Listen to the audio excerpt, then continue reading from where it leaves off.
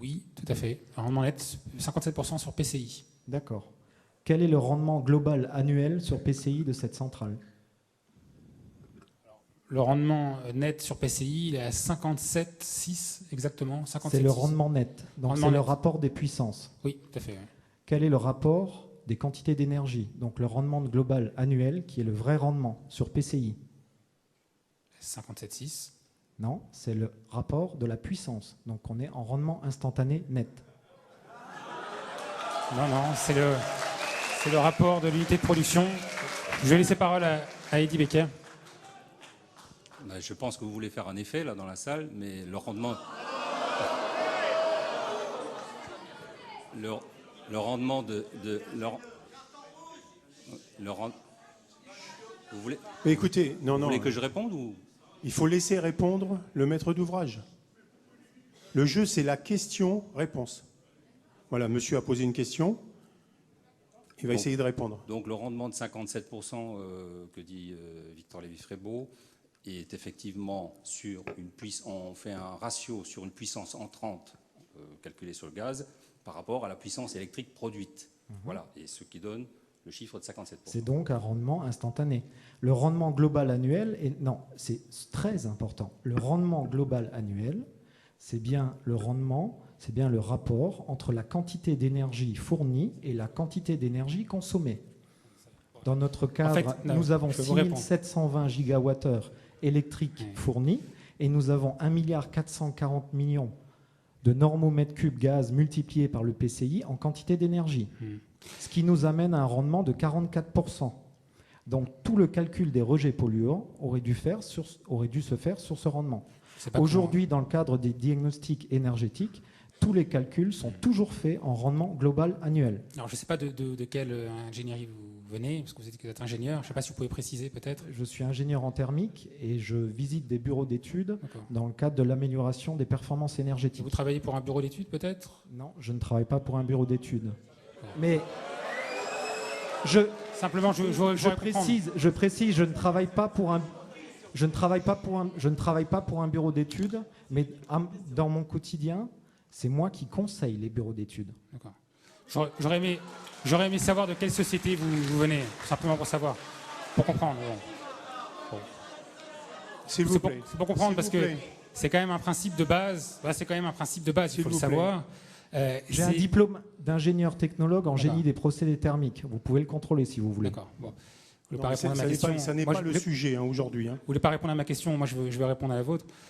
C'est exactement le même rendement. Pourquoi? Parce qu'une puissance par rapport, donc des mégawatts par rapport à des mégawattheures, la différence vient par le nombre d'heures. Donc, le rendement de 57% correspond au même l'année, parce qu'on a juste à multiplier par le nombre d'heures, et on a la même chose. Donc, si vous prenez une puissance, un rendement, c'est une puissance électrique divisée par une puissance gaz. Pour avoir un rendement sur l'année, il faut prendre une puissance électrique multipliée par un nombre d'heures, divisée par une puissance gaz, multipliée par le même nombre d'heures. Donc ça revient exactement au même. Je ne sais pas si vous voyez ce que je veux dire. J'ai très bien compris. Alors comment vous m'expliquez dans vos classeurs, quand je prends les chiffres du classeur, je n'obtiens pas les mêmes rendements? Peut-être que vous n'avez pas fait les bons calculs, monsieur. Merci. Désolé.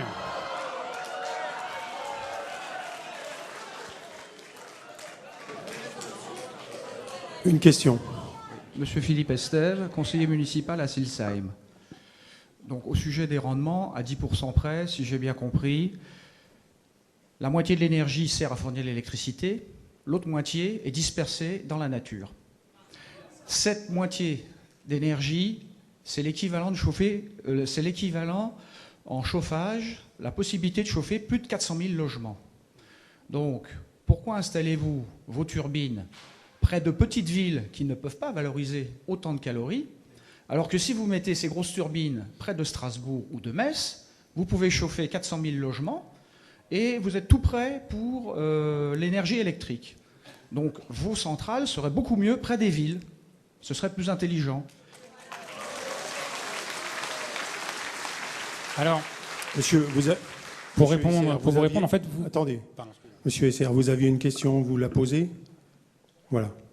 Donc, ma question, c'est que faites-vous pour valoriser toutes ces calories qui sont dispersés dans l'atmosphère, et ce sont des quantités énormes. Voilà, le maître d'ouvrage. Très bien. Alors, ce dont vous faites part, c'est ce qu'on appelle la cogénération. Je ne sais pas si vous connaissez le terme.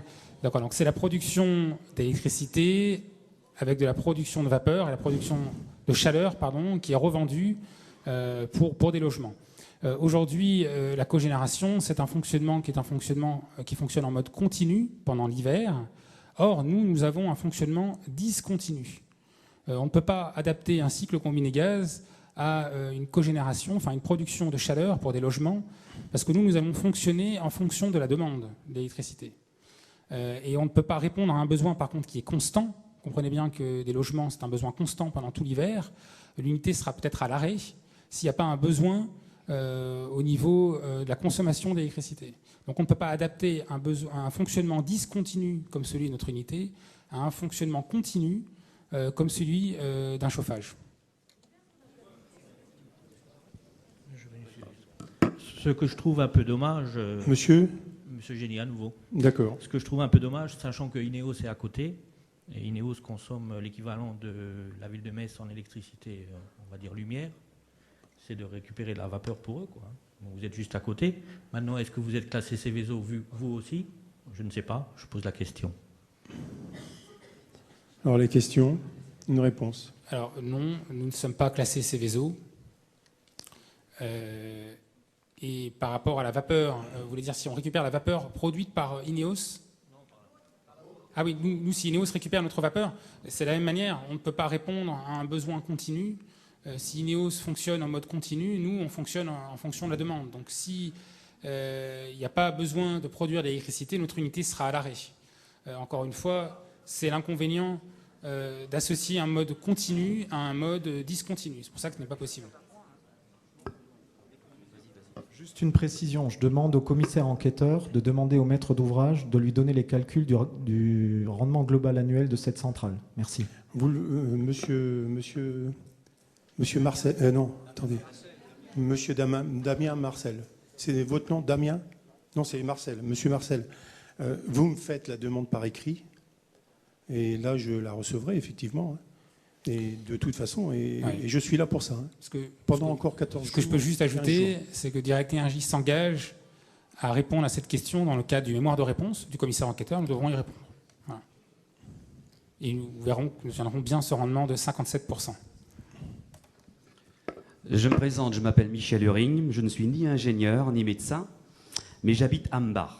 Alors d'abord, concernant la forme de cette réunion, je dois avouer, et j'espère que c'est un sentiment partagé, j'ai l'impression d'être devant un tribunal, montrant le dos constamment au public qui est ici, donc vous me permettrez de me mettre de côté de temps en temps, afin que le public puisse voir mon visage, puisqu'il a le plaisir de voir le vôtre ou les vôtres. Deuxième remarque, je vais même enlever le micro.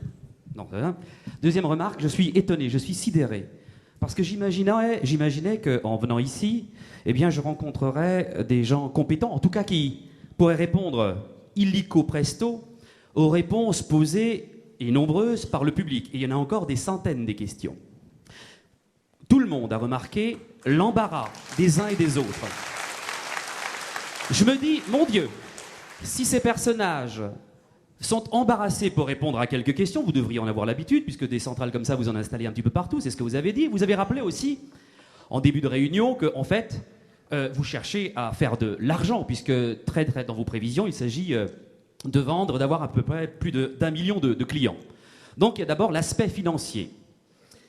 Donc je tenais à le préciser. Mais quand même, j'ai quelques questions à vous poser, si vous permettez.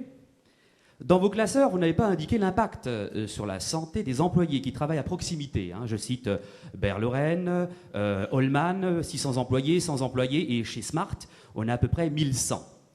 Alors je voudrais connaître l'impact sur ces employés, bien sûr. Et bien sûr, je n'ai pas fini. Et chose plus importante, sachez qu'il faut toujours terminer avec le meilleur pour la fin, et cette fameuse crèche. Sachez quand même que dans cette crèche, il y a 80 petits-enfants, qu'il y en aura par an. Cela correspond à environ 2500 enfants sur une trentaine d'années. Nous voulons vraiment et sérieusement des explications sur l'impact sur la santé de ces enfants en bas âge. Y avez-vous même seulement pensez? Voilà les deux questions.